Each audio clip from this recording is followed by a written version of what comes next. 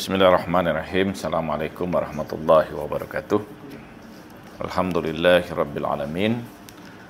Wassalatu wassalamu ala asyrafil anbiya'i wal mursalin sayyidina wa habibina wa syafi'i qulubina bil qasim Muhammad. Allahumma shalli wa sallim wa barik wa sallim Muhammad wa ala sayyidina Muhammad wa ala ahli bait tayyibin tahirin wa ashabihil muntajabin. Alhamdulillah, di petang hari ini kita melanjutkan kajian kita dalam tema kajian filsafat, dan saya pada petang hari ini ingin memperkenalkan salah satu tokoh filosof yang mungkin masih asing ya bagi sebagian besar kita, tetapi di kalangan pengkaji filsafat Islam sebenarnya filosof ini tidak asing ya. Ada banyak tokoh-tokoh filosof yang banyak mengkaji beliau, seperti Toshihiko Itsuzu, Henry Corbin misalnya, Nasr, Sachiko Murata, William Chittick dan sebagainya. Jadi ada banyak sekali sebenarnya tokoh-tokoh filosof kontemporer yang mengkaji pemikiran dari tokoh kita ini. Beliau dikenal sebagai Mullah Hadi Sabziwari.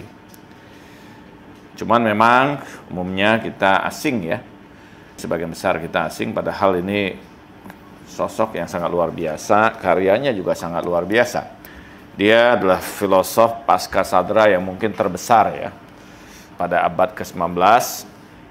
Kalau kita lihat misalnya dalam madrasah filsafat itu,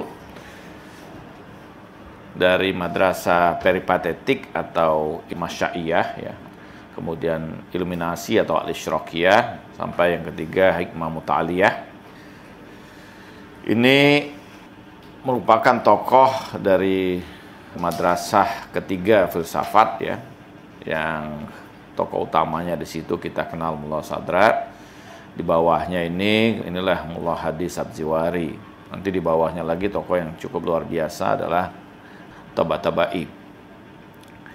Nah, ini gambarnya atau fotonya ya. Mungkin foto filosof pertama yang mungkin diambil pada era itu ya. Dan siapa Mullah Hadi Sabziwari ini? Toshihiko Itsuzu, dia menerjemahkan The Metaphysics of Sabziwari ya. Jadi dari kitab utamanya itu Syarah Al-Manzumah.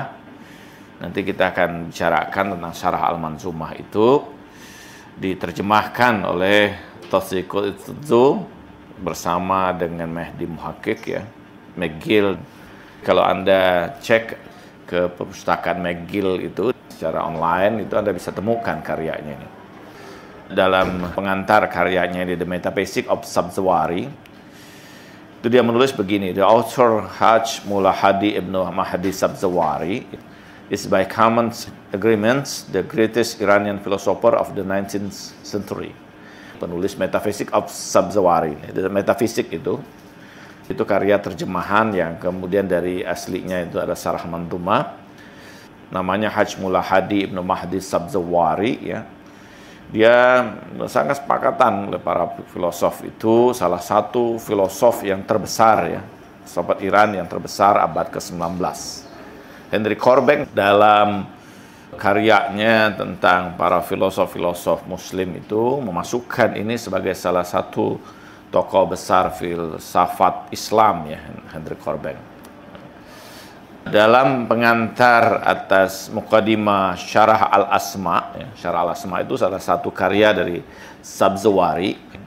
Di sini Dr. Najaf Quli Habibi, dia seorang filosof kontemporer juga, menyebutkan begini: Siratuhul amaliyah wa makanatuhul ilmiyah.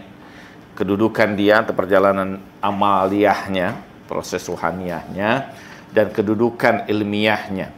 Kana Sabziwari arifan salikan wa siratuhu amaliyah fis suluk.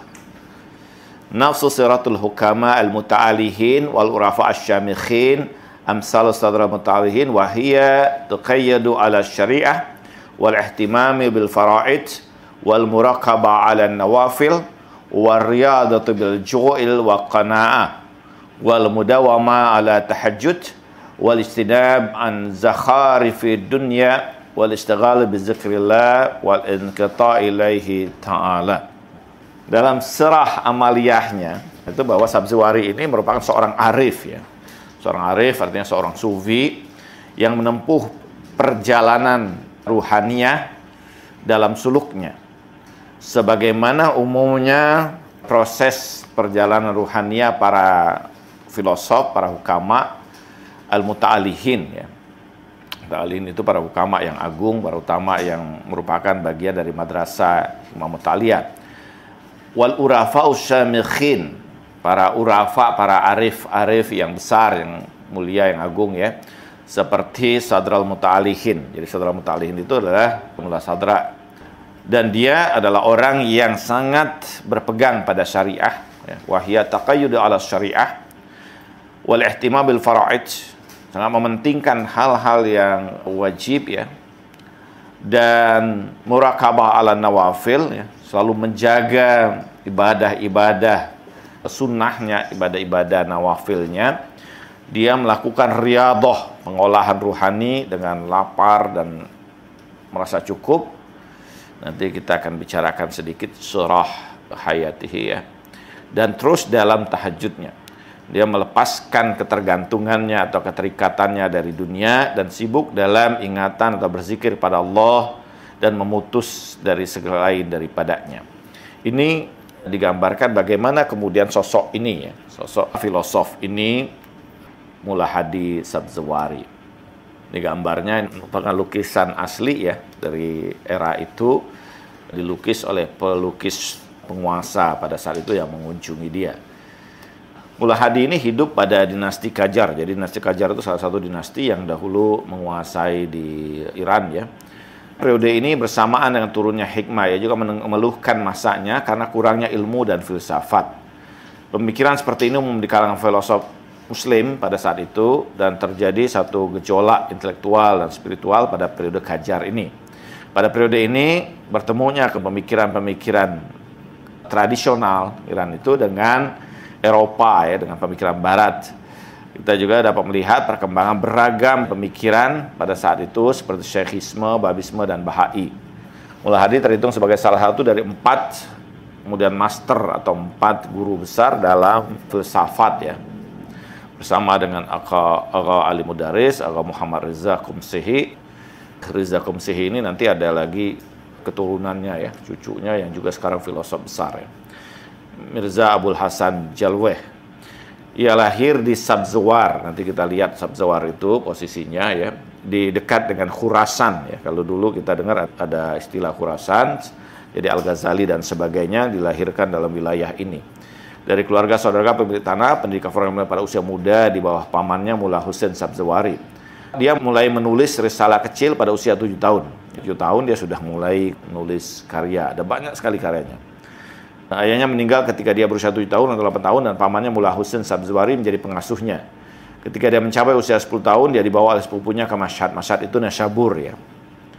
Naysabur itu dalam sejarah Islam cukup dikenal ya, salah satu wilayah yang punya sejarah panjang di dalam Islam dan pernah menjadi pusat pemerintahan pada masa Khalifahan Ma'mun. Ia tinggal di Madrasah Haji Hasan dekat Makam Imam Reza. Imam Reza ini salah satu keturunan Rasulullah, di mana ia belajar bahasa Arab, fikih Islam, logika, dan prinsip-prinsip agama dan hukum dengan Mullah Husain untuk jangka waktu 10 tahun. Ketika dia berusia 20 tahun, dia kembali ke kampungnya di Sabzawar.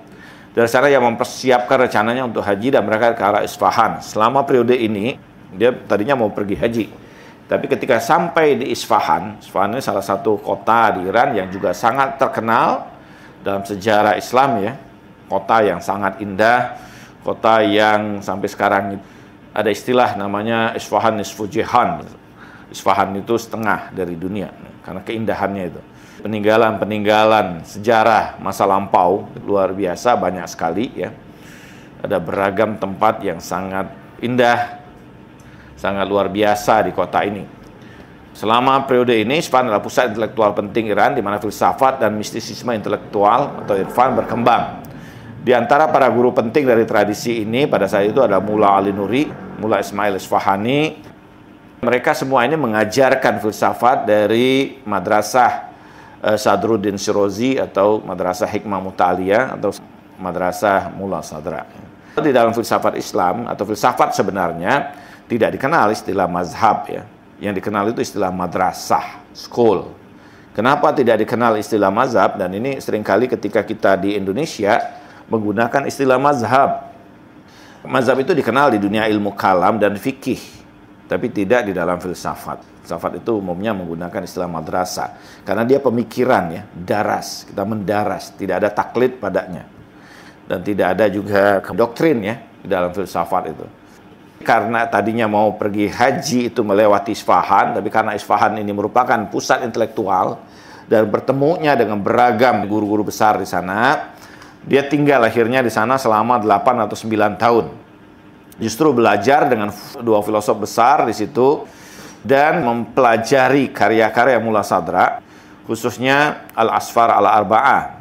Mullah Sadra itu filosof madrasah ketiga filsafat Islam itu punya karya besar 9 jilid, karyanya itu yang jadi masterpiece-nya, yang menjadi sumber utama dalam kajian filsafat Hikmah Muta'aliyah, yaitu Al-Hikmah Al-Muta'aliyah fil Al-Asfar Al-Aqliyah Al-Arba'ah. Jadi hikmah yang agung dalam 4 tahap perjalanan intelek. Kemudian ada juga kitab kedua dari Mullah Sadra itu namanya Syawahid Ar-Rububiyah. Dia mulakhas ya, ringkasan dari Hikmah Muta'aliyah itu. Nama kitabnya itu Syawahid Ar-Rububiyah. Kalau Asfar itu 9 jilid ya. Mempelajari filsafat itu dalam tradisi klasik misalnya khususnya di Iran itu orang harus selesai itu 9 jilid itu pelajari ya. Kalau Ibnu Sina itu mempelajari misalnya kitab karyanya Al-Isyarat wal At-Tambihat, ada 4 jilid itu sebagai buku utama yang harus dipelajari ketika orang mempelajari filsafat peripatetik atau filsafatnya Ibnu Sina. Kalau Suhrawardi itu ada Syarah Hikmatul Isyraq. Nah, Syarah Hikmatul Isyraq itu pelajari, dan kalau di Madrasah Hikmah Muta'aliyah itu kitab utama yang pelajari itu adalah Hikmah Muta'aliyah itu Al-Asfar Al-Arba'ah. Di Isfahan sebenarnya menjaga kehidupan salehan ya. Meskipun telah menerima warisan cukup besar, bahkan menurut seorang peneliti namanya Edward Browns, para filosof Arab atau filosof Islam ya, dia biasa bersusah payah untuk menemukan siswa mana yang paling membutuhkan bantuan uang, dan dia menempatkan sejumlah uang di kamar mereka selama ketidakhadiran mereka, tanpa meninggalkan petunjuk apapun yang akan mengarah ke identitas pendonor ya. Dengan cara ini menghabiskan tidak kurang dari 100.000 tumans, sekitar 30.000 pounds sterling ya, cukup besar, jadi sekitar berapa miliar lah saat ini. Ketika dia berada di Isfahan, meninggalkan dirinya hanya sebanyak yang dia perlu untuk pemeliharaan dirinya sendiri. Jadi dia dengan kekayaan yang dia miliki dari warisan itu, dia banyak membantu para pelajar yang lain.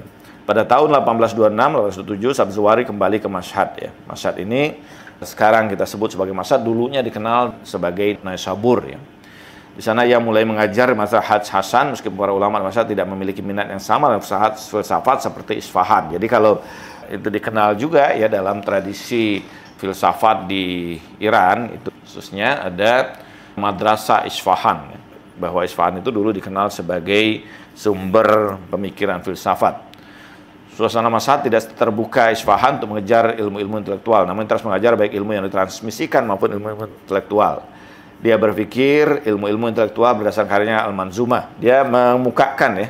Nah, ini ada karyanya namanya Al-Manzumah. Disebut Al-Manzumah, nanti kita bicarakan karya ini, itu berisikan nazm ya. Nazm itu syair. Tapi Anda bisa bayangkan belajar filsafat itu repot, susah ya. Mulai dari mantik, filsafatnya sangat susah. Ini disyairkan filsafatnya. Anda bisa bayangkan. Sehingga tidak seorang muridnya pun bisa memahaminya, makanya dia tulis syarahnya. Ada syarah Al-Manzumah. Dia sendiri yang menulis Al-Manzumahnya dan sendiri yang menulis syarahnya. Yang dia susun di kota Isfahan ini. Namun kemudian syarahnya itu dia buat kemudian ya. Karena orang tidak paham tentang syair itu. Anda mungkin pernah dengar ya Alfiyah Ibnu Aqil ya. itu kan syair-syair tentang nahu. Ada syarahnya, syarah Ibnu Aqil itu tebal itu, syarah terhadap syair-syair itu. Bagaimana kemampuan para pemikir dahulu itu, kemampuan adabnya, kemampuan bahasa mereka, sehingga mereka bisa mengikat ilmu-ilmu itu dalam pola syair. Salah satu di antara keunggulan bahasa Arab juga seperti itu ya. Kita juga agak susah kalau dalam bahasa kita gitu. Anda mau mensyairkan hermeneutik agak repot. Dan kemudian dia berangkat kembali ke Sabzawar ya untuk menunaikan ibadah haji. Jadi baru belakangan dia ke haji. Tadinya mau pergi haji, niatnya diurungkan karena sampai di kota Isfahan itu bertemu dengan para pemikir, filosof. Dia belajar di sana 8-9 tahun.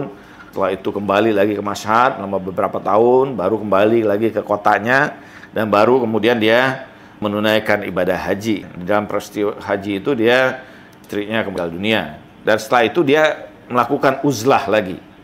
Uzlah itu adalah upaya untuk mengasingkan diri di satu kota namanya kota Kerman. Di situ dia menjadi pembantu di sekolah, marbot lah. Orang tidak kenal dia, jadi betul-betul tidak kenal dia. Dan dia sekedar menjadi penjaga, betul-betul melakukan uzlahnya, ya, merendahkan dirinya sebagai pembantu ya di situ. Orang tidak kenal dia, sehingga dia betul-betul di tempat dia kerja itu melihat, oh ini orang anak ini baik, pemuda ini kan, kesalehannya dan sebagainya, sampai dia dinikahkan dengan putrinya. Tapi dia dalam beberapa tulisan dikatakan bahwa Sabzawari berpikir, ya saya akan melakukan uzlah, tapi ini kan tidak berhak istri saya menderita dengan keadaan saya seperti ini. Karena itu dia pamit dari situ kembali ke Sabzawar. Karena di Sabzawar itu dia punya kekayaan yang cukup lumayan. Nah, di Sabzawar itu dia mendirikan satu sekolah.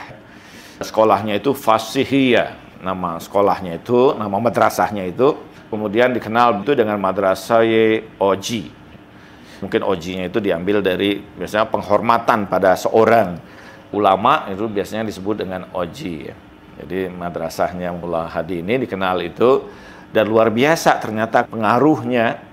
Itu banyak sekali orang yang belajar dari situ, mulai dari seluruh tanah Persia ya. Tanah Persia waktu itu kan meliputi Afghanistan, Bukhara, Uzbekistan, dan Irak, Turki, Kaukasus, India, bahkan Tibet itu belajar juga ke sana. Karena yang diajarkan adalah apa? Adalah hikmah atau filsafat. Sehingga membuat wilayah ini menjadi wilayah yang cukup terkenal karena kehadiran Sabzawari ini. Padahal dia tadinya betul-betul tidak sampai suatu saat dalam kisahnya itu dia pernah diminta untuk memberikan pengajaran di Kirman, tempat dia tadinya uzlah itu, yang orang tidak kenal dia. Sehingga ketika dia datang ke sana, orang menganggap oh dia masih khadim, masih pelayan aja sekolah itu. Orang tidak kenal dia. Tapi begitu dipersilahkan, dia yang maju, orang semua kaget kan, bahwa ini ternyata pembantu itu yang justru adalah seorang filosof besar ya. Nah, dan seterusnya ya, saya tidak ingin bicara banyak di sini. Anda bisa cari aja, tapi bahwa dia memiliki kemampuan yang sangat luar biasa ya.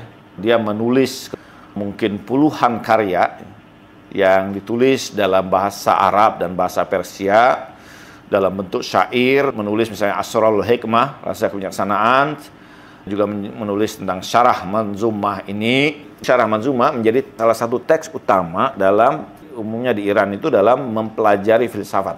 Orang sekarang itu misalnya dalam tradisi klasik pengajaran filsafat yang berkembang di Iran, untuk sampai mempelajari hikmah mutaliyah, orang harus wajib mempelajari Syarah Manzumah ini terlebih dahulu. Karena pola yang dikembangkan itu cukup sistematis ya.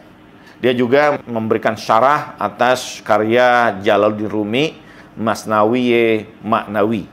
Karya besar dari Jalaluddin Rumi yang isinya kan syair-syair. Jadi seluruh syair Rumi itu ada di dalam Masnawi Ma'nawi itu. Menariknya Masnawi Ma'nawi, suatu saat mungkin kita cerita ya, atau bicara tentang Masnawi Ma'nawi ini, karena ada banyak hal yang menarik di situ. Kalau Al-Quran itu dimulai dengan perintah Iqra, bacalah. Syair Rumi itu Masnawi Ma'nawi dimulai dengan perintah Bisnawi. Bisnawi cunne hikoyat mikunat asjudaiho shikoyat mikunat. Dengarkanlah nyanyian pilu seruling bambu yang terpisah dari rumpun asalnya. Suatu saat kita caralah syair-syair Masnawi itu ya. Saya banyak hafal juga ya syair. Man jawmid sudam as jawmid murdam nabot sudam as nabot sudam murdam hewan sudam as hewan murdam insan sudam. Tarsam armax Cun badas uns parwas misyawam. Dia berkata bahwa aku dulu adalah materi keras dan mati kemudian jadi tumbuh-tumbuhan. Kemudian aku mati dari tumbuh-tumbuhan menjadi hewan. Aku mati dari hewan kemudian menjadi manusia. Kenapa aku harus takut pada kematian? Karena setelah kematian itu aku terbang bersama dengan para malaikat. Luar biasa. Itu lagi syairnya ditulis di Konya. Kalau Anda ke Konya itu kan, Turki ya, itu kuburan Jalmi Rumi. Dia berkata begini dalam syairnya itu. Ada syairnya dalam Masnawi Rumi itu kan. Kirye nakun shun marge arusan. Janganlah kalian menangis karena kematian bagiku adalah hari pengantin. Menarik ya. Nanti suatu saat kita bicara lah itu ya. Nah, ada banyak karya-karya dari Sabzawari ini ya. Bahkan dia selain dia menguasai filsafat, fikih, ilmu-ilmu keislaman umumnya, dia menguasai juga asrarul adad, rahasia angka. Dalam tasawuf itu ada istilah namanya ilmu numerologi, ilmu angka. Ilmu angkanya bukan ilmu ini biasa ya, tapi rahasia dari setiap angka dan sebagainya. Kalau Anda baca karya-karya klasik itu, misalnya ada tulisan tentang rajah ya, angka-angka dan sebagainya, karena setiap angka itu punya rahasianya. Huruf dan sebagainya, nama Anda ya. Dari situ dia ketahui karakter Anda, bahkan bisa diketahui juga keadaan kehidupan Anda berikutnya. Itu dari kemampuan angka ya. Bahkan ada satu karya ya, dalam penelitinya Ibnu Arabi itu menulis karya yang menghitung angka-angka Al-Quran. Ternyata angka-angka Al-Quran itu sama dengan angka-angka yang muncul pada karya Ibnu Arabi dalam Futuhatul Makkiyah. Menarik itu ininya ya. Cuman memang yang menguasai ilmu angka itu sudah sangat langka. Dia juga seorang dokter, tabib, sama seperti Ibnu Sina ya. Jadi umumnya para filosof dahulu itu, mereka mengembangkan potensialitas dirinya bukan hanya pada satu bidang keilmuan semata. Ini bahkan seperti Farabi itu juga sebagai seorang apa? Musikus ya. Karena itu ada karya Farabi itu Ilmul Musiqa, ilmu musik. Kuburnya saat ini di Sabzawar. Dia meninggal di akhir Zulhijjah pada tahun 1878 ya. Ini sekilas tentang biografi dari Mullah Hadi Sabzawari. Saya tidak terlalu detail ya karena banyak ininya, guru-gurunya juga banyak ya yang sangat terkenal. Beberapa muridnya juga. Ini salah satu karya utama yang ditulis oleh Sabzawari ini. Ini karyanya. Ini ada 5 jilid sebenarnya. Di mobil saya ada. Saya bawa salah satu aja sebagai contoh. Nanti kalau di alam kubur malaikat tanya, pernah lihat kitab Syarah Manzumah? Pernah gitu kan. Syarah Manzumah ini berarti syarah ya. Syarah itu kan syarah, komentar apa Al-Manzumah. Ini aslinya dahulu ya, tulisan tangannya. Karyanya ini ada 5 jilid. Ini dicetak awal dari tulisan tangan. Tulisan tangan mereka tuh rapi ya. Dan bahkan kadang-kadang dilukis juga kayak lukisan gitu. Kita lihat ini. Pada jilid pertama dari Syarah Al-Manzumah, seperti tadi saya katakan, Manzumah itu isinya syair-syair. Manzumah. Awalnya dia nulis syair. Mulai dari kitab Al-Mantiq sampai Al-Ilahiyat bimanal akhas, yaitu yang dimaksud adalah tentang ketuhanan. Ketuhanan dalam konteks filsafat. Nah, berbeda polanya yang dikembangkan oleh As-Sabzawari, dia sudah mengembangkan dengan pola hikmah mutaliyah. Dia tidak lagi mengembangkan dengan pola yang dikembangkan dahulu oleh peripatetik atau al-masyaiyah, seperti Anda lihat misalnya di Asy-Syifa. Pola yang berkembang filsafat Islam di peripatetik atau al-masyaiyah pada kitab misalnya Asy-Syifa. Asy-Syifa itu artinya apa? Penyembuh ya. Wa nunazzilu minal Qur'ani ma huwa syifa. Ada dawa. Dawa itu apa? Obat. Kalau syifa itu lebih umum, dia penyembuh.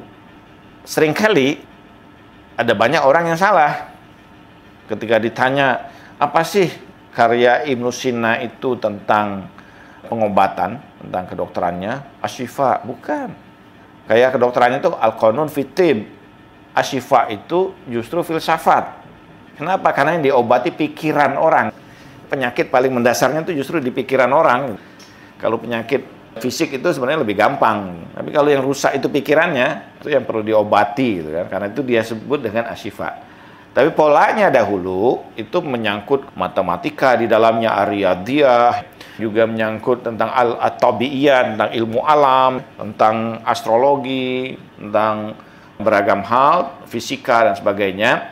Tapi dalam pola Madrasah Hikmah Muta'aliyah, ilmu-ilmu seperti matematika, fisika, juga seperti astrologi, astronomi dan sebagainya tidak lagi masuk dalam filsafat. Dia sudah menjadi ilmu turunan. Jadi filsafat dalam pengembangan pada madrasah ketiga itu, dia dibagi dalam dua pola utama, yaitu pola yang disebut dengan al-ilahiyat bil ma'na a'am, ketuhanan dalam makna yang umum, eksistensi dan sebagainya. Al-ilahiyat bil ma'na al-akhas, yaitu ketuhanan dalam makna yang khusus, yang dimaksud adalah Tuhan yang sebagaimana sungguhnya ya. Nah, ini kita lihat misalnya qismul mantik yang bicarakan qanunul aliyah yaqiu riayatihi an khata'il fiqr wa hadza ghayatuhu. Ini adalah aturan-aturan yang memelihara pikiran ini dari kekeliruan dalam berpikir, an khata'il fiqr wa hadza ghayatuhu. Ini adalah tujuan ilmu ini. Jadi tujuan ilmu mantik itu apa? Memelihara kekeliruan kita dari proses berpikir. Wa musilul tasawwur mu'arrifu wal hukmu hujjatu fa maudu'an qaffu. Diawali musil menyampaikan kita pada konsepsi tasawwur yang memperkenalkan kita tentang apa yang ada pada objek yang sesungguhnya. Wal hukmu hujjatu. Hukum penetapan tasawwur ini, konsepsi ini, dengan konfirmasi terhadap misdaknya, tasdiknya, objeknya, itu adalah hujjah, itu adalah bukti. Fa maudu'an qaffu. Dan itu adalah tema utama dalam mantik. Alafahu Hakim Aristoteles. Disusun ilmu mantik ini oleh filosof yang namanya siapa? Aristoteles. Dia sebut di sini Aristoteles. Mirasu Zil Karnain Al-Qadis. Ini merupakan warisan dari Zulkarnain yang suci. Filsafat itu sebenarnya, ini problem sejarah filsafat itu oleh para filosof barat, peneliti barat, itu dihentikan hanya sampai pada filsafat Yunani. Padahal banyak pengkaji-pengkaji kemudian membuktikan bahwa filsafat yang berkembang Yunani itu justru berasal dari para nabi sebelumnya. Karena itu dia sebutkan di sini, dan ada satu kitab lagi pada kitab Al-Kabasar itu dibuktikan bagaimana ketersambungan antara filsafat Yunani itu dengan tradisi para nabi sebelumnya. Dia gambarkan di sini Mirasu Zil Karnain Al-Qadis. Wal muhaimu tadi'ul qadim haqqu alim minhu azim. Dia sebenarnya merupakan ilham yang berasal dari zat yang qadim, yang maha alim, dan dialah yang maha agung. Wal bahsu an musili au muqaddima tasdiqan au tasawuran qad qassamahu. Pembahasan ilmu mantik ini penjelasannya, syarahnya ya sebenarnya. Jadi syair-syairnya ini kemudian disyarahi. Pembahasan ini menyampaikan kita pada pendahuluan yang dibicarakan apa pada pendahuluan ilmu mantik itu? Tasdiqan au tasawuran. Yaitu apa? Konfirmasi dan konsepsi. Jadi ilmu mantik itu diawali dari dua pola ini, pembahasan tentang at-tasawur dan at-tasdiq, konsepsi dan konfirmasi. Kalau pernah belajar mantik, qad qassamahu. Dari situlah dibagi berikutnya. Nah, ini Anda bisa bayangkan nih nanti pengajaran-pengajaran mantik tapi melalui syair-syair yang seperti ini. Mantiknya aja udah rumit gitu.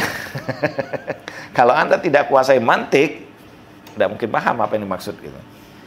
Jadi itu tasawur itu apa? Tasawur itu adalah segala bentuk form yang muncul dalam alam mental kita ya. Jadi Anda misalnya mentasawurkan, mengkonsepsikan. Apakah konsep itu nanti dijelaskan sama dia di sini dalam syairnya ini? Apakah konsep itu bisa dihukumi atau tidak? Konsepsi tidak bisa dihukumi, benar salahnya. Namanya konsepsi kok. Anda mungkin sebelum kenal saya ketika mendengar nama Khalid Al-Walid, dalam konsepsi Anda, oh ini besar, mungkin tinggi, jenggotan gitu. Kayak orang Arab gitu kan misalnya dan sebagainya. Ya mirip-mirip lah. Itu kan tasawur. Tasawur yang begitu tuh ada hukumnya nggak? Nggak ada. Bener-bener aja gitu kan. Yang namanya tasawur kan. Namanya konsepsi gitu. Semua kita bisa konsepsi apa saja gitu. Tapi ketika tiba-tiba datang orangnya gemuk, pendek gitu. Oh ya Allah, ini ternyata tasawur saya ketika konfirmasikan kepada objeknya namanya tasdik. Oh ternyata keliru nih. Saya mentasawurkan sesuatu yang lain. Ternyata objeknya yang seperti ini. Jadi ini pembahasan tentang mantik. Dia bahas banyak sekali. Ada 1 jilid seperti ini dalam pembahasan tentang mantiknya. Dan mantik yang dikemukakan atau dibahas oleh Sabziwari ini adalah mantik Aristoteles. Sebelumnya yang banyak membahas tentang mantik Aristoteles ini adalah siapa? Ibn Rushd ya. Bahkan Ibn Rushd itu menerjemahkan secara khusus mantik Aristoteles. Saya punya semua kitab-kitabnya itu. Kitab terjemahan Ibn Rushd dari Aristoteles itu. Tafsir Ma'ba'da Tabi'ah, misalnya Al-Metafisika, Al-Akhlaq inda Aristoteles ya. Itu terjemahan Ibn Rushd ke dalam bahasa Arab. Ibn Rushd salah satu di antara keluar biasa Ibn Rushd itu kemampuan menerjemahkan karya-karya Yunani itu ke dalam bahasa Arab dengan sangat baik. Mungkin sampai sekarang belum ada yang mampu mengalahkan Ibn Rushd dalam penerjemahan karya-karya dari bahasa Yunani itu ke dalam bahasa Arab. Salah satu keluar biasaan pada ini. Kemudian membagi ini qad qasamahu fatis'a abwabuhu fastabsir. 9 kemudian bab-bab dalam ilmu mantik. Fatis'a abwabahu fastabsir. Bahsu an musil tasawur wa mada'ul musil tasdiq wa babul qadaya wal uqud qad da'a dan seterusnya ya. Jadi ini bab-bab tentang mantik yang dia jelaskan pada pendahuluan dari bagian mantik ini. Betapa kita melihat ya kemampuan adabnya, kemampuan berbahasa yang sangat baik dalam bahasa Arabnya sehingga dia mampu merumuskan mantik itu dalam pola syair-syair ya, filsafatnya syair. Nah, pada bagian jilid kedua dia mulai pada pembicaraan tentang eksistensi ya. Ini menunjukkan bahwa Sabziwari ini juga sangat dipengaruhi oleh pola yang dikembangkan Mula Sadra. Dia mengembangkan dari pembahasan awal yaitu pembahasan tentang al-wujud, pembahasan tentang eksistensi.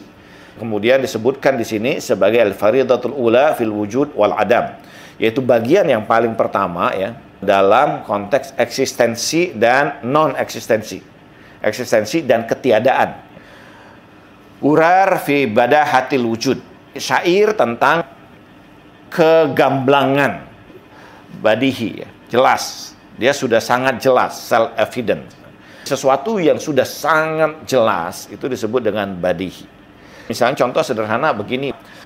Anda tidak mungkin mengatakan bahwa sesuatu itu ada sekaligus tidak ada. Itu mustahil. Nah, konsepsi ini sesuatu yang sangat badihi. Sudah jelas.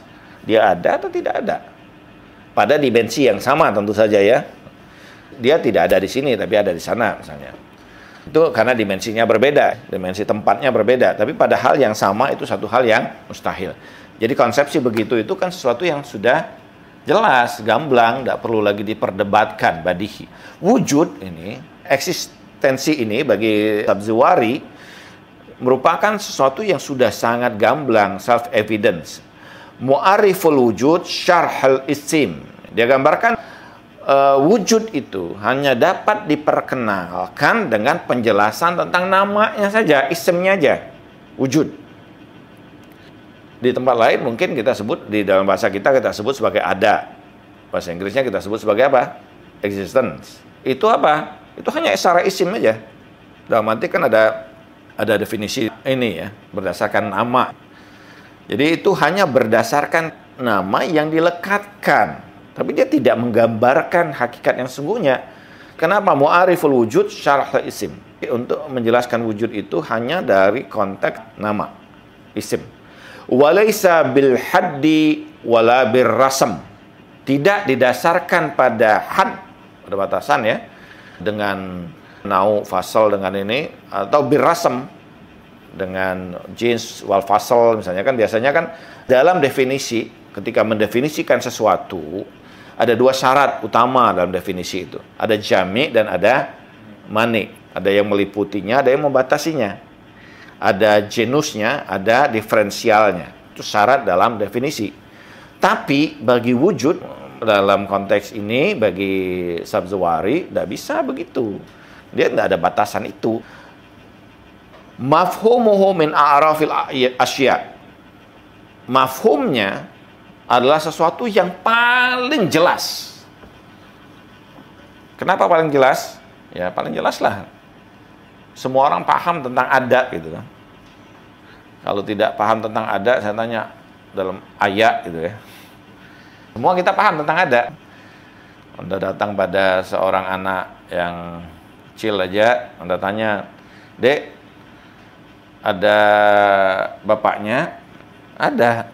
Tanpa Anda jelaskan itu apa itu ada gitu kan. Dia sudah jelas, itu mafhum yang sudah sangat jelas. Tidak ada yang lebih jelas dari itu. Bahwa tidak ada yang lebih jelas dari makna wujud ini, tidak ada yang lebih jelas dari makna wujud itu. Kenapa? Karena seluruh apapun bergantung pada dirinya. Wa kunhuhu fi ghayatil khafa. Bahwa hakikat dirinya ini merupakan tujuan dari segala sesuatu, bersandar segala sesuatu itu kepadanya. Anda bisa menjelaskan tentang sesuatu, menggambarkan sesuatu setelah Anda mengetahui bahwa sesuatu itu apa? Ada. Kalau sesuatu tidak ada, bisa enggak Anda bicarakan? Enggak dong. Enggak ada tuh enggak ada kan? Ada enggak sesuatu yang enggak ada itu ada? Enggak ada. Yang ada tuh hanya ada aja kan? Di luar daripada ada tidak ada. Jadi makna wujud itu sesuatu yang sangat jelas.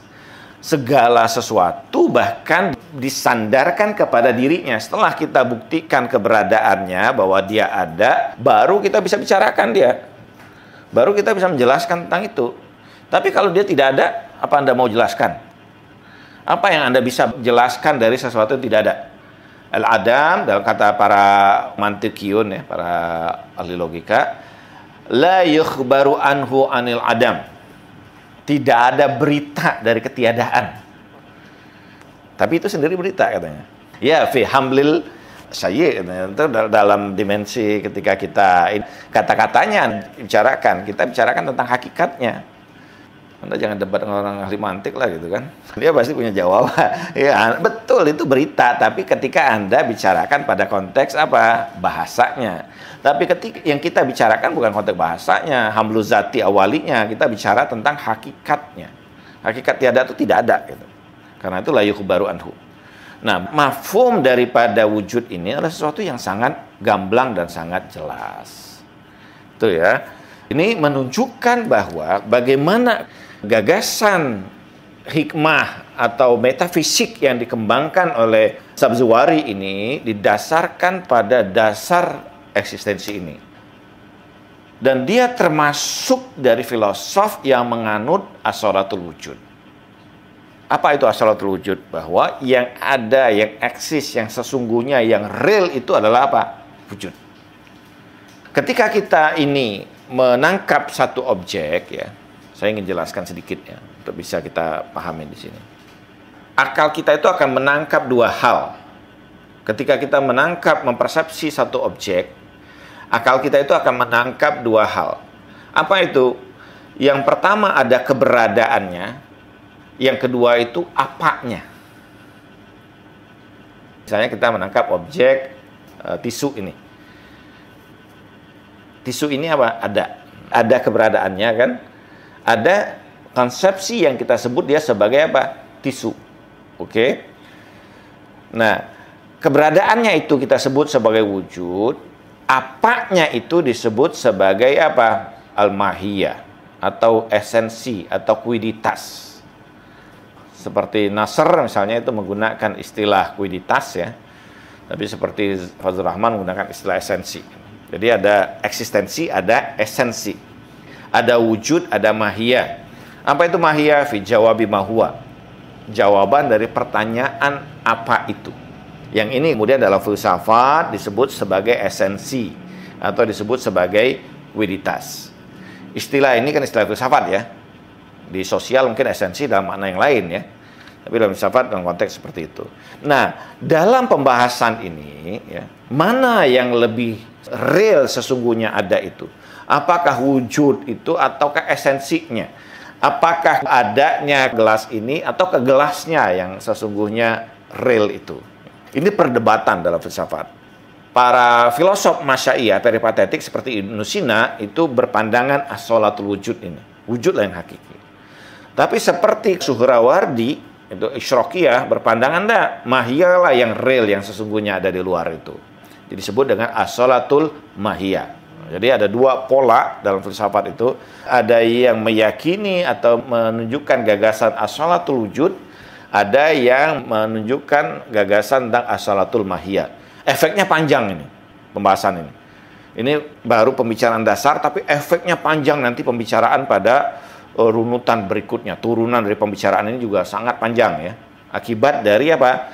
Dua prinsip yang berbeda ini. Nah, Sabziwari ini memiliki konsep prinsipilitas wujud ini. Wujudlah yang prinsip, wujudlah yang sesungguhnya. Innal wujud indana asilun. Sesungguhnya wujud itu bagi kita adalah sesuatu yang asil, sesuatu yang asolah. Dalilun man khalafuna alilun. Bukti-bukti yang dikemukakan orang yang bertolak belakang dari pandangan kami ini alil, cacat. Jadi kalau yang berpandangan tentang as-sholatul mahiyah itu satu yang cacat. Nanti dia buktikan dengan argumentasi-argumentasinya ya. Ini kan baru ini syairnya aja. Tapi dalam pembahasan syarahnya dia buktikan dengan argumentasinya. Li'annahu manba'u kulli syarafin wal faraqi bainan nahwi al-kauni yafi. Bahwa sesungguhnya wujud itu merupakan sumber dari keutamaan. Kenapa sumber keutamaan? Ya namanya ada kan. Jadi contoh misalnya begini. Kalau Anda lihat ini, separuh misalnya ini, air di dalam gelas ini. Yang utama itu yang airnya atau yang kosongnya? Airnya dong. Kenapa? Karena ada gitu. Contoh cahaya dengan gelap deh gitu kan. Contoh lagi. Mana yang utama itu? Cahayanya. Gelap itu adalah keadaan yang tiadanya cahaya. Ketiadaan cahaya gelap. Tapi yang utama sesungguhnya adalah cahaya itu. Jadi dia manba'u kulli syarafin. Wujud ini sumber dari segala keutamaan. Segala hal ini muncul dari eksistensi ini. Wal farqu baina nahwil kaun yafi. Bahwa perbedaan yang ada di antara seluruh keberadaan ini bagi dia sebenarnya pada hakikatnya dia hanya perbedaan yang sifatnya apa? Kualitas saja, tapi pada hakikatnya semua itu punya keutamaan, punya kemuliaan. Tidak ada orang tidak punya ilmu. Yang membedakan satu dengan yang lain itu apa? Tingkat ilmunya. Semua punya ilmu. Allah mengatakan bahwa keluar dari perut ibu kamu tidak tahu sesuatu, itu pengetahuan dalam konteks apa di situ yang digambarkan Al-Quran. Tapi bahwa bayi itu tahu kalau dia lapar, dia nangis, tidak enak, tidak nyaman, dia punya pengetahuan dari situ. Punya. Al-Quran sedang tidak berbicara tentang huduri ya, ilmu huduri. Yang dibicarakan yang tidak diketahui itu apa? Ilmu husulinya. Berbeda, bahwa bayi itu tahu dia lapar, nangis dia kan. Tidak nyaman misalnya dia tahu, tapi dia pengetahuan itu sifatnya apa? Huduri. Ada di dalam dirinya. Yang dibicarakan Al-Qur'an itu di situ adalah apa? Husuli. Beda lagi. Makanya sekali lagi kalau di filsafat kita diajarkan untuk detail ya. Tidak membaca Anda punya pengetahuan bayi itu gitu. Anda bayi cubit nangis dia. Tidak percaya, coba aja kalau Anda punya anak nanti ya. Cubit kuat-kuat nangis dia. Dia merasakan. Berarti dia punya pengetahuan tentang rasa apa? Sakit kan. Nah, rasa sakit itu di mana? Huduri apa husuli? Huduri, hadir zatnya di dalam diri kita. Itu menunjukkan bahwa apakah Al-Qur'annya salah? Enggak, pemahaman Anda yang salah. Jangan mudah-mudah nyalain filsafat juga. Filsafat itu justru membenderangkan pemahaman Anda tentang agama ini. Kaza luzumus sabaq fil aliyah ma'adamu tashkiki fil mahiyah. Demikianlah. Ini menyebabkan bahwa dia satu hakikat yang tunggal ini, yang perbedaannya hanya pada tingkat intensitas kualitasnya dalam konteks wujud ini seperti cahaya. Seperti cahaya itu kan, pendekatan cahaya. Kalau memancar cahaya, apakah Anda mengatakan bahwa cahaya yang remang-remang itu cahaya bukan? Cahaya. Apakah matahari yang benderang itu cahaya bukan? Cahaya. Apa yang membedakan satu dengan yang lain? Intensitasnya. Tapi tetap hakikatnya apa? Cahaya, sama. Wujud itu demikian. Antara wujud Tuhan dengan wujud makhluk sama wujud. Wujud, iya. Eksistensi, eksis. Bukan eksis istilah sekarang ya. Sama, yang membedakan apa? Dalam konteks ini dia katakan bahwa luzumus sabaq fil illiyah. Kedahuluan dalam sebabnya. Sebab pasti mendahului akibat. Cahaya yang lebih benderang menjadi sumber bagi cahaya berikutnya. Ma'adami tashkik fil mahiyah. Dengan ketiadaan peringkat ya, level pada mahiyah, pada kuiditas. Jadi yang ada levelnya itu hanya pada apa? Wujud, bukan pada mahiyah. Mahiyah itu adalah sesuatu yang hasil konsepsi kita terhadap objek, terhadap satu keberadaan. Qaunil maratib fil istidad anwa'an istinara lil murad, bahwa padanya itu ada tingkatan-tingkatan yang didasarkan intensitas ya, istidad, syiddah wa dha'fnya, kualitasnya sempurna dan tidak sempurna. Kalau kita bentangkan cahaya itu dari atas sampai ke bawah, yang merupakan sumber cahaya itu pasti sangat terang benderang. Yang dekat dengan dia terang ya. Terang, kemudian temaram, sampai di ujung itu udah remang-remang. Tapi sebenarnya satu cahaya juga, cuma karena sudah terlalu jauh dari pusat cahaya, sehingga terlalu banyak biasnya di situ. Cahayanya sudah lemah, tapi tetap cahaya, selemah apapun tetap cahaya. Jadi yang membedakan itu hanya pada tingkatannya. Anwa'an istinara lil murad. Bagian-bagian yang karena terpancarnya cahaya itu dari apa? Dari tujuannya, murad itu. Bahwa ini memancarkan cahaya yang perbedaan itu hanya intensitasnya. Dan ini dari sini kita tahu bahwa Sabzuwari ini punya pandangan tentang tashkik al-wujud. Bahwa wujud itu dia tunggal tapi pada saat yang sama bertingkat-tingkat, berlevel-level. Nah, level-level itu dibentuk oleh apa? Kualitas dari wujud itu masing-masing. Semakin tinggi, semakin dekat dengan sumber wujud, semakin kualitasnya wujud itu luar biasa. Tapi semakin jauh dari sumber eksistensi itu, semakin lemah.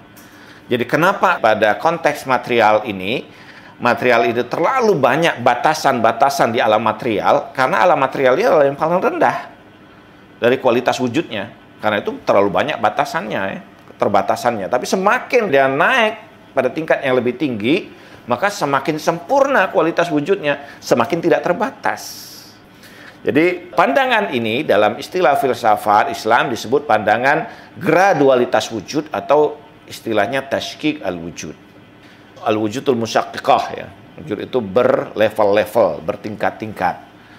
Dan efeknya nanti seperti yang saya tadi gambarkan, betul bahwa ini pandangan pola yang seperti ini, tapi efek yang ditimbulkan nanti panjang pada beragam pembicaraan-pembicaraan lainnya berikutnya. Nah, kalau dari sini kita tahu bahwa Sabzuwari ini punya pandangan tentang tashkik al-wujud. Jadi selain dia punya pandangan asalatul wujud, bahwa wujudlah yang real, yang hakiki, dia memandang bahwa wujud itu punya tingkatan. Apa perbedaannya nanti? Jadi kalau dalam konteks ini, dalam konteks pandangan wujud ini kan ada banyak pandangan ya. Ada wahdatul wujud, ada kasratul wujud, ada pandangan tashkik al-wujud, ada pandangan ya wahdatul syuhud, sebagainya. Dalam konteks eksistensi itu kan ada, kalau dalam tasawuf kan misalnya ada ittihad, ada hulul, ada wahdah ya. Ada wahdatus syakhsiyah, ada wahdatus zatiyah dan sebagainya. Pandangan ketunggalan itu juga macam-macam ya. Dan ada lagi dalam filsafat namanya pandangan tashkik al-wujud ini. Pembicaraannya juga ini, tapi saya ingin menggambarkan prinsip-prinsipnya yang dikembangkan oleh Sabzuwari ini. Oke. pada kitab keempat dia berbicara tentang nafs, tentang jiwa. Dia bicara psikologi, ilmu nafs falsafi. Dia bicarakan pada bab keempat dari Syarah Manzumah ini. Kamalul awal li jismi ali, nafsun tura bidarki wal af'al. Imma samawiyah au ardiyah. Nama wa haywaniyah nutqiyah. Qad qila lisama'i nafsun tantabi' wa qila nafsul jarradat qila jumi'a. Imkanul ashraf liza yujla thumma likulli hiya la likulli. Apa itu nafs itu? Pemanaan nafs ini dia gunakan sebagaimana pemanaan yang dikemukakan oleh Ibnu Sina. Apa? Bahwa nafs itu kamalun awal lil jismil ali. Kesempurnaan pertama bagi fisik yang tinggi, yang utama ya. Yang itu kemudian dia sebut sebagai nafs. Kamalul awal ismi ali nafsun. Dia sebut sebagai nafs. Kenapa? Karena kalian saksikan bahwa fisik ini, jisim ini yang punya jiwa padanya bidarki. Dia bisa mempersepsi, bisa merasakan, menunjukkan bahwa ada unsur yang disebut dengan nafs itu pada apa? Pada bentuk fisik ini, pada jisim ini. Turo bidar. Dia bisa dark, yudrik. Wal af'al. Munculnya tindakan dan aktivitas. Bahwa jisim ini bukanlah fisik biasa seperti batu dan sebagainya yang padanya tidak keluar tindakan apapun. Tapi di sini Anda akan saksikan bahwa ketika fisik itu bergerak, taharikun bil iroda, dia bergerak dengan keinginan, punya ini dan itu, kan, berkembang, mempersepsi, menunjukkan bahwa padanya ini ada unsur lain yang berbeda yang merupakan unsur sempurna. Apa itu unsur sempurna itu? Itulah yang disebut sebagai apa? Nafs. Di dalam pembicaraan nafs itu dimaknai jauharatun, mujarradatun, mudabiratun lil jisim. Dia adalah substansi yang non-material yang mengelola materi itu, jisim itu. Ima samawiyah, nafs ini ada yang sifatnya samawiyah, artinya memang muncul dari ketinggian dari langit, ketinggian ruhaniyah atau alam non-material, au ardiyah, atau dia memang ada pada konteks ardiyah ini. Seperti apa? Nama. Apa itu yang nama itu yang tumbuh itu? Ya tumbuh-tumbuhan. Jadi ini disebut dengan apa? Nafsun nabatiyah. Jiwa tumbuh-tumbuhan. Jiwa tumbuhan ini ardiyah sifatnya, bukan samawiyah. Fungsinya apa? Hanya tumbuh, bereproduksi sesuai dengan bentuk asalnya. Ini kemampuan dasarnya. Kalau pisang itu, pohon pisang, dia tumbuh sebagai pohon pisang. Kemudian dia melakukan proses reproduksi untuk menghasilkan pohon pisang berikutnya. Sama, ada kemampuan ini menjaga ini. Hanya dalam lagu Bruri saja gitu kan, ada semangka berdaun sirih. Realitasnya enggak dong gitu kan. Jiwa nama ini adalah jiwa yang tumbuh ini, adalah jiwa yang kemudian ini. Nah jiwa itu ada pada diri manusia nanti. Pembahasan tentang ini panjang ya. Buktinya apa? Buktinya bentuk Anda, ini Anda walaupun makan apapun dan sebagainya, dia menumbuhkan tubuh Anda pada tingkat tertentu gitu. Tidak karena Anda terlalu banyak makan kacang panjang jadi panjang tubuh Anda gitu kan. Nah, bentuk Anda sudah begitu. Bentuk Anda begitu, menjaga bentuk Anda sebagai seorang manusia gitu kan. Wajahnya, telinganya, ininya dan seterusnya, tangannya dan sebagainya. Itu dia menjaga bentuk itu. Dan pada daya ini dia punya daya kemudian reproduktif ya, yang menghasilkan kemudian bentuk yang sesuai dengan dirinya. Ada yang berikutnya apa? Haywaniyah. Nafsul haywaniyah. Apa nafsul haywaniyah itu? Dia situ sudah berkembang. Dia sudah punya kuwatul ghadabiyah, daya emosional ya, daya syauqiyah, ketertarikan pada sesuatu. Jadi kalau Anda lihat misalnya ya binatang itu kan dia bisa lari, takut gitu kan, atau bisa marah, diganggu. Atau kalau Anda lewat ada anjing di situ, bisa jadi dia lari dari Anda atau mengejar Anda. Karena dilihat terlalu kurus tubuh Anda, oh ini makanan nih. Dia persepsi. Dan kemudian ada daya persepsinya juga, ada daya ingatnya juga pada hewan ini. Dia tahu ini mana tuannya, mana bukan tuannya kan. Anjing segalak apapun ketika temu tuannya dia seperti anjing yang baik. Itu ada daya-daya ya, pembicaraan pada ini dibicarakan lah pada ilmu nafs. Nutkiyah. Nah, ini pada jiwa manusia ada nutuknya, ada proses berfikirnya, kemampuan akliyahnya, kemampuan berfikir. Qad qila lis sama'i nafsu tantabi'. Jiwa yang muncul dari kemunculan ketinggian langit ini disebut dengan nafsun tantabi'. Wa qila nafsul jaradat qila jum'at. Bahwa bisa juga disebut sebagai jiwa non material, jaradat ya, terlepas dari materi. Bisa juga dia sebagai jiwa yang mengumpulkan seluruhnya. Mullah Sadra itu menggambarkan jiwa manusia itu kan kal ajinah, dia bagaikan kumpulan. Fiha nafsun nabatiyah, wa fiha nafsul haywaniyah, fiha nafsul syaitoniyah, fiha nafsul malakutiyah, wa jumi'a kulluhum bin nafsul insaniyah. Jiwa manusia itu bagaikan campuran lempung itu. Padanya ada jiwa tumbuh-tumbuhannya, ada jiwa hewannya, ada jiwa setannya juga, ada jiwa malaikatnya. Berkumpul keseluruhan jiwa-jiwa itu, itulah yang kemudian jadi jiwa manusia. Jadi hebat banget jiwa manusia itu. Jadi Tuhan menciptakan seluruh bagian alam yang punya jiwa itu. Pada hakikatnya ketika dikumpulkan seluruh jiwa itu, jadilah yang namanya jiwa apa? Manusia. Itu pembahasannya nanti di situ panjang ya. Imkan al-azal yujla thumma likulli hiya la likulli. Oke. Ini pembicaraan tentang nafsu natikah, tentang jiwa berpikir, jiwa manusia ya. Panjang pembicaraannya. Pada bait pertama aja saya baca. Huduru zatina li zatina ladayya idraku zatina yura tajarrudan. Hadirnya zat kita pada diri kita ini dipahami oleh diri kita sendiri. Jadi sifatnya apa? Huduri. Ya, Anda paham bahwa diri Anda itu ada pada diri Anda. Dengan cara apa? Siapa yang memahami diri Anda itu? Diri Anda sendiri. Siapa yang Anda pahami itu? Ya diri Anda sendiri kan.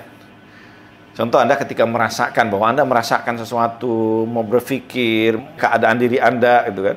Siapa yang memahami bahwa diri Anda itu mengalami hal yang seperti itu? Diri Anda sendiri. Siapa yang Anda pahami itu? Ya diri Anda sendiri gitu kan. Di mana terjadi pemahaman itu? Di dalam diri Anda sendiri gitu. Jadi ini sifatnya apa? Bahwa diri Anda dalam konteks jiwa Anda itu hadirnya secara apa? Huduri. Yura tajarudan, menunjukkan apa bukti ini? Bahwa jiwa Anda itu adalah sesuatu yang sifatnya apa? Non materi. Ini pembuktiannya nanti membuktikan banyak hal ya. Nah, kemudian di bagian akhir pembicaraan itu ya, pembicaraan qismu al-lahiyat bil ma'na al-khas. Ketuhanan dalam makna khusus, yaitu pembicaraan tentang apa? Wa ahkamu zatul wajib bahru burhanuhu. Ini tentang hukum-hukum tentang wajib, zatul wajib. Ada mungkinul wujud, wujud itu dibagi menjadi dua bagian ya. Ada mungkinul wujud, ada wajibul wujud. Kenapa disebut wajibul wujud? Kenapa disebut mungkinul wujud? Yang mungkinul wujud ini bisa jadi ada, bisa jadi tidak ada. Namanya juga mungkin. Saya jamin Anda 500 tahun yang lalu udah ada. Demi Allah, demi Al-Quran. Nggak ada Anda. Kita nggak ada gitu kan. Tetapi ada yang dia adalah hakikat wujud itu sendiri, sehingga wujud bagi dia apa? Sifatnya wajib. Dia tidak pernah tidak ada dan tidak pernah menjadi tidak ada. Karena dia apa? Karena dia hakikat wujud itu sendiri. Karena itu wujud baginya disebut sebagai apa? Wajib. Ma zatuhu bi zatihi li zatihi maujudul haqqul aliyyu sifatihi. Bahwa zatnya itu hadir dengan zatnya sendiri, untuk zatnya sendiri dia disebut dengan maujudul haq, keberadaan yang sesungguhnya. Al-aliyyu sifatihi, bahwa sifat-sifatnya adalah sifat-sifat yang tama, yang tinggi, yang mutlak. Iskana wujud karena wajiban fahuwa, bahwa wujud baginya itu wajib, yaitu dia itu sendiri, yaitu wajibul wujud itu sendiri. Wa ma'al imkan qad istalzamahu, sementara wujud mungkin ini wujud niscaya, ini wujud yang temporer ya, wujud yang mungkin. Itu hanyalah kelaziman daripada apa? Daripada wajibul wujud ini. Kenapa kelaziman? Begini. Kalau ada api, kelazimannya itu akan menimbulkan apa? Panas. Kalau wajibul wujud ini dia adalah sumber daripada wujud, maka akan terpancar wujud mungkin itu sebagai pancaran dari cahaya wujudnya. Kalau dia itu kita sebut sebagai sebab mutlak, sebab sempurna, maka kelaziman dari sebab sempurna itu akan melazimkan apa? Akibat. Seluruh wujud mungkin ini itu adalah kelaziman daripada apa? Wajibul wujud. Pembahasannya cukup panjang dan mendetail, tapi ini yang salah satu, mungkin satu-satunya dalam tradisi filsafat Islam, dia mengkonsepsikan filsafat Islam itu dalam pola apa? Syair, dalam pola nazm. Dan karyanya ini disebut sebagai Syarhul Manzumah. Oke, sampai di sini kajian kita tentang Sabziwari ini ya. Ada banyak hal yang luar biasa dari dirinya ini, tapi kita paling tidak iza la yudraku kullu la yutraku jullu. Kalau tidak kita bisa bahas semuanya, paling tidak sedikit aja kita udah memahaminya, dah lumayan lah. Oke, mungkin ada pertanyaan sampai sini. Jadi tanya. Ya. Bedanya persepsi atau filsafatnya Sabziwari dengan Mulassadrah apa? Ya, pertama begini, secara umum kita tidak menemukan perbedaan, tapi bukan berarti bahwa dia merupakan muqallid dari Mulassadrah. Dia melakukan proses ini dengan ijtihadnya. Tapi ada beberapa kritik ya, ada beberapa bagian yang dari Mulassadrah yang dia kritik. Misalnya di antara, ini agak detail sebenarnya kritik-kritiknya itu. Di antara kritiknya itu pada pembahasan suratul ilmiyah, tentang forms ilmiah yang muncul di dalam diri manusia, tentang konsepsi yang muncul dalam diri manusia setelah dia terjadi proses korespondensi dengan objek yang eksternal itu. Nah, apakah surah ini, form ini merupakan sesuatu yang berada pada satu kategori atau dia tidak berada dalam satu kategori? Mulassadrah menganggap bahwa dia tidak berada dalam kategori karena dia merupakan in'iqas, yang merupakan pancaran dari objek eksternal di luar yang masuk ke dalam diri kita. Tetapi Sabziwari menolak itu dan menganggap bahwa dia sebagai sesuatu yang sebenarnya ada independensinya tersendiri, sehingga dia berada di bawah apa? Di bawah maqulatil kaifi, kategori kualitas. Kenapa? Karena hadirnya suratul ilmiah inda zihin, hadirnya surah form ilmiah pada diri manusia itu tadrurul jahal. Dia menghilangkan ketidaktahuan. Oleh karena itu, dia punya asar, punya efek. Karena disebut sebagai satu mustakil itu karena dia punya efek ya. Walaupun efek yang ada di luar, objek yang di luar, dengan efek yang ada di dalam diri kita, dua efek yang berbeda ya. Dia punya kedirian yang kemudian dia memberikan efek. Itu salah satunya. Ada beberapa kritik-kritik yang lain yang cukup detail ya sebenarnya terhadap pandangan Mulassadrah. Oke, ada lagi? Jika nafs atau jiwa itu hadir pada manusia saat tubuhnya siap untuk menerimanya, nah kapan itu maksudnya? Apakah? Ya. Sabziwari itu maupun Mulassadrah menolak gagasan yang dikembangkan oleh Plato tentang alam idea ya, tentang musul aflatunia. Jadi jiwa sudah terbentuk di alam kesempurnaan, kemudian bergabung pada tubuh fisik ini, dia turun bergabung dengan ini, karena itu satu hal yang mustahil. Dia punya teori yang dikembangkan, itu disebut dengan jasmaniyatul khudus wa ruhaniyatul baqa. Apa itu jasmaniyatul khudus? Bahwa pada setiap materi ini, munculnya materi ini, itu ada yang namanya hayyulatul ula ya, ada dia materi pertama. Pada materi pertama ini, padanya itu ada penggerak dasar. Jadi setiap materi itu tidak lepas dari dua hal, ada madah, ada surah, ada form, ada materialnya. Dan ini merupakan hal yang mendasari keterbentukan pada proses pembentukan tubuh itu menjadi dua bagian. Ada yang tumbuh berkembang menjadi fisik material, ada yang berkembang menjadi apa? Menjadi jiwanya, menjadi nafsnya. Nah, perkembangan kesempurnaan nafs itu, itulah yang menjadi nafsun natikoh ya, puncak kesempurnaan nafs ini. Karena itu tidak berkembang, bukan sesuatu yang berbeda, kemudian masuk ke dalam ini. Ini ada banyak problem yang sulit untuk dibantah ya. Pertama, bagaimana mungkin tubuh ini bisa berkembang sebelumnya tanpa jiwa untuk menerima jiwa yang lain? Kalau sudah ada jiwa, kemudian ada masuk jiwa yang lain, berarti pada diri manusia itu ada dua jiwa. Yang mana yang mengelola diri manusia ini mustahil. Itu misalnya kritik Ibnu Sina juga ada tentang itu. Kemudian, ini pada saat yang sama, kalau ada fisik dan jiwa masuk, maka ini sama menerima konsepsi yang disebut dengan at-tanasukh. Apa itu tanasukh? Reinkarnasi. Sementara pada filsafat Islam, konsepsi reinkarnasi itu ditolak secara total. Jadi panjang pembicaraan kita, kalau masuk dalam pembicaraan itu dibicarakan dalam konteks nafs ya. Jadi kalau Anda mau baca aja nafsnya. Mudah-mudahan ini paling tidak membuka ini kita. Ternyata ada filosof lain ya yang cukup luar biasa yang masih belum banyak terjamah terutama di negeri kita. Jadi kalau Anda mau buat skripsi, tesis, bahkan disertasi pun ini suatu hal yang mungkin menarik untuk kita. Oke, assalamualaikum warahmatullahi wabarakatuh.